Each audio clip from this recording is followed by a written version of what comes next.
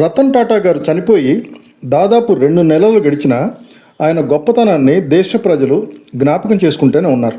ఆయన ఎన్నో ప్రజోపయోగ కార్యక్రమాలు చేశారు. ఆయన వ్యాపారంలో విలువలకు మరియు దాతృత్వానికి గుర్తింపు పొందారు. అలాగే స్నేహానికి ఎంత విలువ ఇస్తారో శంతన్నాయుడితో ఆయన ప్రయాణం మనకు తెలియజేస్తుంది. మంచి మర్యాదకు పర్యాయపదం శ్రీ రతన్ టాటా గారు. అయితే ఆయన తిరుపతి దగ్గర నాగిశెట్టిపల్లికి చెందిన ఒక మహిళ కోసం 10 లక్షల రూపాయలను హైదరాబాద్లోని కిమ్స్ ఆసుపత్రికి ఎందుకు ఇచ్చారు? తనను ఇన్స్టాగ్రామ్లో శుభాభినందనలు చోటు అని ఒక యువతి కామెంట్ చేసినప్పుడు రతన్ టాటా గారు ఎలా స్పందించారు? అలాగే మీరు సిగ్గులేని వారు కావచ్చు, కానీ నేను కాదు అని ఎవరితో ఏ సందర్భంలో అన్నారు? ఈ వివరాలు తెలియాలంటే ఈ వీడియో చివరి వరకు చూడండి. Welcome back to my channel.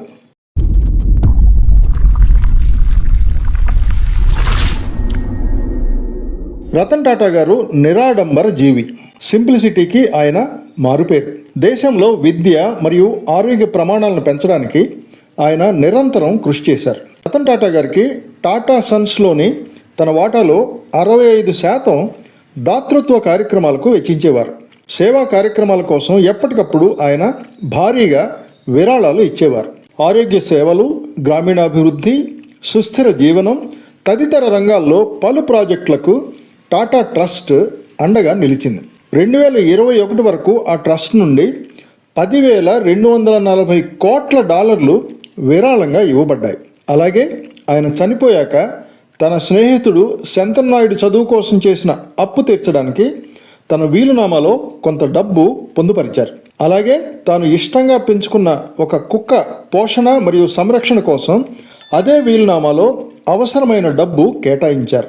2018 August 31న తిరుపతిలో అప్పటి ముఖ్యమంత్రి చంద్రబాబు నాయుడు గారితో కలిసి క్యాన్సర్ ఆసుపత్రి శంకుస్థాపనకు రతన్ టాటా హాజరయ్యారు.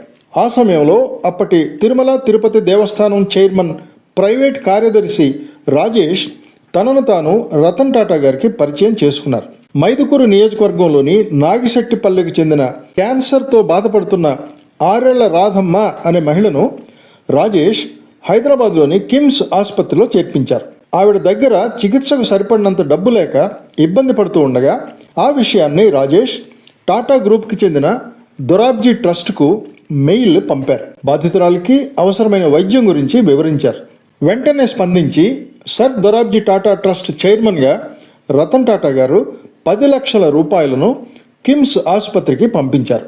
అనంతరం ఆ మహిళ కోలుకుని పునర్జన్మ పొందారు. అది ఆయన గొప్ప మనస్సు. ఇంకొక సందర్భంలో రతన్ టాటాకు ఇన్స్టాగ్రామ్లో 10 లక్షల ఫాలోవర్స్ దాటినప్పుడు ధన్యవాదాలు చెబుతూ ఆయన ఒక ఫోటోను పోస్ట్ చేశారు.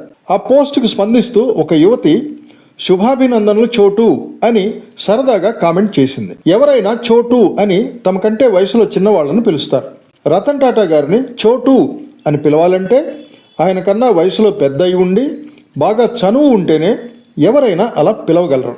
అలాంటిది రతన్ టాటా గారిని ఆయనకు పరిచయం లేని ఒక యువతి చోటు అని సంబోధించడం ఒక రకంగా సాహసమే అని చెప్పాలి. ఆ కామెంట్ చూసి చాలామంది ఆమెను ట్రోల్ చేయడంతో ఆమె భయపడి తన కామెంట్ను డిలీట్ చేసింది. విషయం రతన్ టాటా గారికి తెలిసి ఓ అమాయక యువతి తన మనోభావాలను హృదయపూర్వకంగా వ్యక్తం చేసింది. నన్ను చోటు అని సంబోధించింది. చాలామంది ఆమెను వేధించారు. కానీ ఆమె కామెంటుని నేను గౌరవిస్తాను, అభినందిస్తాను. భవిష్యత్తులో కూడా ఆమె నిర్భయంగా పోస్టులు పెట్టవచ్చు అంటూ ఆమెకు అండగా ఇన్స్టాలో స్టోరీని షేర్ చేశారు. అది రతన్ టాటా గారి హుందాతనం. 26/11 దాడుల్లో ముంబైలోని తాజ్ హోటల్లో పాకిస్తాన్ నుండి వచ్చిన టెర్రరిస్టులు ఎంత కిరాతకంగా సామాన్య ప్రజలను చంపారో, ఆ దాడిలో తాజ్ హోటల్ ఎంతగా నాశనం అయిందో మనందరికీ తెలుసు. ఆ దుర్ఘటన తర్వాత భారత్ మరియు విదేశాల్లో ఉన్న తమ హోటళ్ళని రీమోడలింగ్ చేయడం కోసం అతి పెద్దవైన టెండర్లను టాటా కంపెనీ ఆహ్వానించింది. అందులో కొన్ని పాకిస్తానీ కంపెనీలు కూడా టెండర్లు వేశాయి. ఆ కాంట్రాక్టులు తాము దక్కించుకోవాలని 2 పాకిస్తానీ పారిశ్రామికవేత్తలు ఎలాంటి అపాయింట్మెంట్ లేకుండా రతన్ టాటా గారిని కలవడానికి ఆయన ఆఫీస్ బొంబాయి హౌస్కు వెళ్ళారు. చాలాసేపు వెయిట్ చేసినప్పటికీ రతన్ టాటా గారు అపాయింట్మెంట్ ఇవ్వలేదు. అక్కడి సిబ్బంది సర్ చాలా బిజీగా ఉన్నారు, అపాయింట్మెంట్ తీసుకుని రండి అని చెప్పి పంపేశారు. నిరాశ చెందిన ఆ ఇద్దరు పాకిస్తాన్ హై కమిషన్కు వెళ్ళారు. పాకిస్తాన్ దౌత్యవేత్తలు మన దేశంలో ఏర్పాటు చేసుకున్న ఒక కార్యాలయాన్ని హై కమిషన్ అంటారు. అందులో పాకిస్తాన్కు చెందిన పెద్ద స్థాయి అధికారులు ఉంటారు. అక్కడ నుండి ఆ ఇద్దరు పారిశ్రామికవేత్తలు కేంద్ర ప్రభుత్వంలోని ఒక మంత్రి గారికి సిఫార్సు చేయించుకున్నారు. ఆ తర్వాత ఆ ఇద్దరు మంత్రి గారిని కలిసి ఆ కాంట్రాక్ట్ ఇప్పించవలసినదిగా కోరారు. వెంటనే ఆ మంత్రి గారు రతన్ టాటాకు ఫోన్ చేసి ఆ ఇద్దరు పాకిస్తానీ పారిశ్రామికవేత్తలను కలవాలని, వారి టెండర్లను పరిశీలించాలని ఒత్తిడి చేశారు. అప్పుడు రతన్ టాటా గారు, మీరు సిగ్గులేని వారు కావచ్చు, కానీ నేను కాదు అని ఫోన్ పెట్టేశారు.